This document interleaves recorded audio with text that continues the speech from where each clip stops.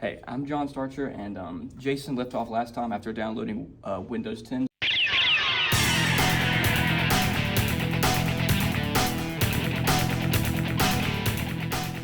So we're going to go in right now, Windows Update, get rid of Microsoft Edge, get Chrome, and download Hyper-V. So immediately you're going to want to click the Start button in the bottom left, go to your settings, and go all the way down to Update and Security. After that, you go to Windows Update. You can see all these big red things, and you're going to want to download and install all of them.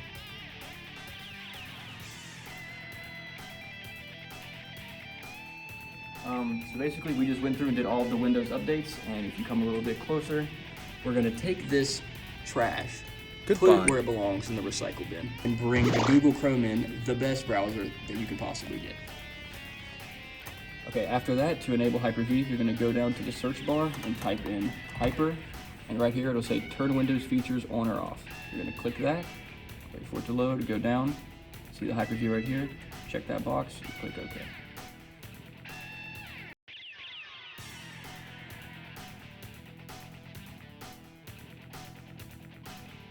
Okay, after it's done applying the changes, it'll say Windows needs to reboot your PC to finish installing the requested changes. You're just going to go down the bottom right and click Restart Now.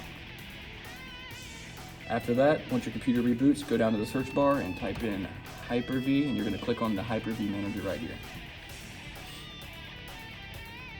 Wait for it to load.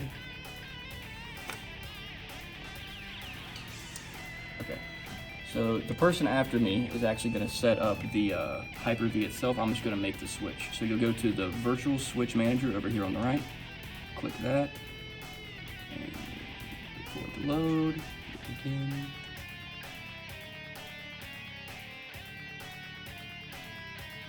Okay, after that, you're going to go into the Virtual Switch Manager, and you're going to go to the top left and click New Virtual Network Switch. After that, go to the right, and you're going to click External, not internal or private, and click Create Virtual Switch. Don't click anything at the bottom here. Just change the name to External Switch, so that way you know which one it is. Click Apply at the bottom, wait for it to apply changes, and click OK. After that, you're ready to set up your Hyper-V. Alright, after all that's done, I'm John, and we just went through how to go through the Windows update, get rid of trash Microsoft Edge, and get Google Chrome, and how to set up your Hyper-V with an external switch. Okay, my name is Chris. Thanks, John, for passing it off to me. I'm going to show you how to take the virtual machine that John set up with the virtual switch, the external switch, which is going to make my machine connect to the outside world.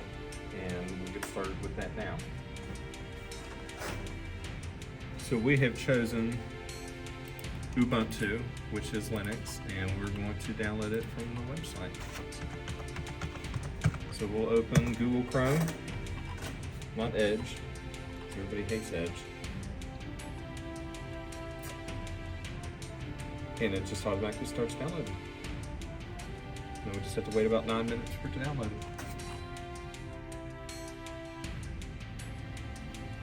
Okay, now that it's downloaded, we're going to go to New, and we're going to create a new virtual machine. We're going to label it Ubuntu Linux, because that is what it is. Click Next. It's a Generation 2 virtual machine. Generation 1 is just for older machines. If you were to do Windows 98 or XP or something, we're going to leave the memory as default. The network, we're going to connect to our external virtual switch because John set it up to connect us to the internet. The virtual hard disk, we're going to leave it as default because it's going to label it what we need it to be labeled. And then we're going to choose an operating system file from our download. So we'll go to our download folder, and we downloaded Ubuntu, so we will select it. We'll go to Next, and finish the install. Now that gives you an Ubuntu Linux virtual machine. So we'll go to the machine, we will right click on it, and we will connect to it. Once it's connected, we will hit start, and it will start the machine.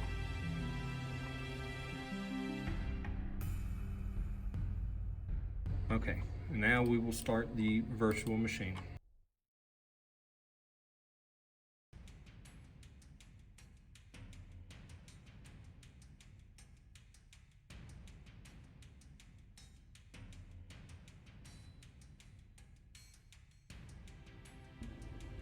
Okay, now that our virtual machine is installed, we're going to go to it. We're going to right click, connect. Once it pulls up this window, we are going to start it, and that should load the ISO. Okay, and then we are going to try or install Ubuntu. Hit enter.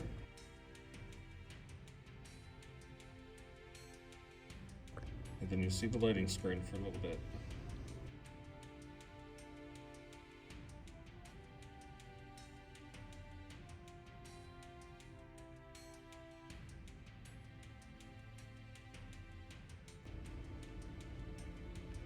When you get to this point, you'll see that the installation wizard's starting to work. So we know we want to install Ubuntu. We don't just want to try it. Just select English, install. Make sure English is selected for your keyboard layout. Speak a different language.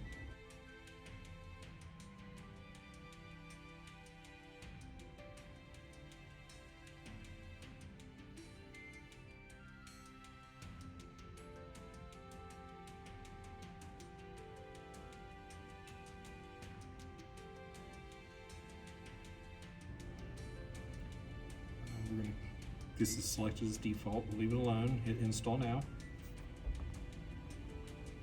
Continue through this. Select your time zone. And this is where we enter information.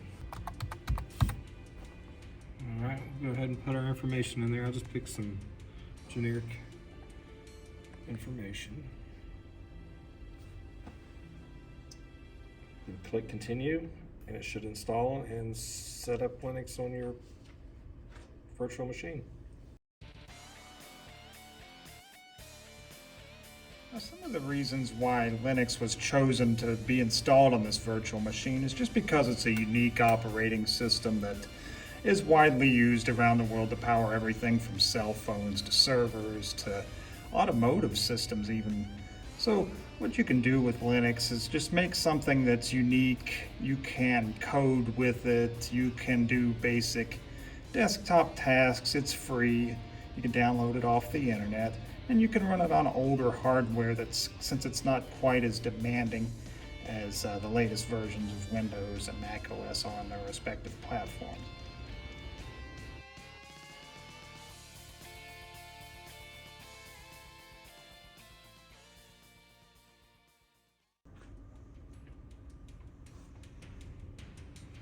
Okay, now that your installation is complete, we will go ahead and restart the virtual machine.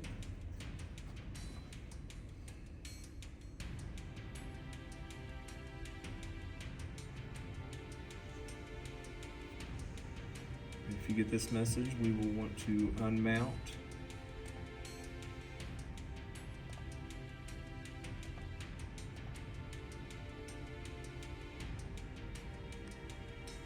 It's already mounted, so we are good. Just hit enter.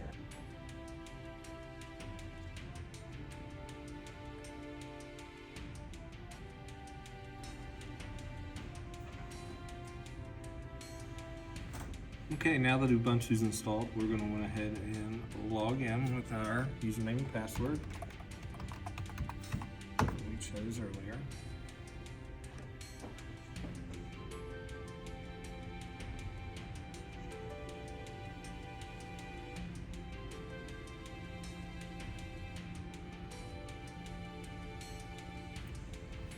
Okay, now Ubuntu is installed. Let's go here and go to next. Go to next. And we'll close this window.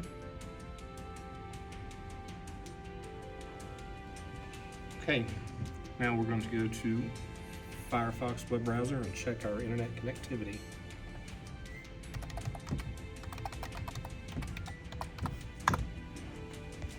And we are good to go. So now we have successfully installed Ubuntu Linux on a virtual machine. No. That one. I'm in. Hey, over here. I hope you've enjoyed our tutorial today and use what you've learned today to help further your goals. And with that, my name is Ethan Stewart with WVJC, and I hope you have a good one.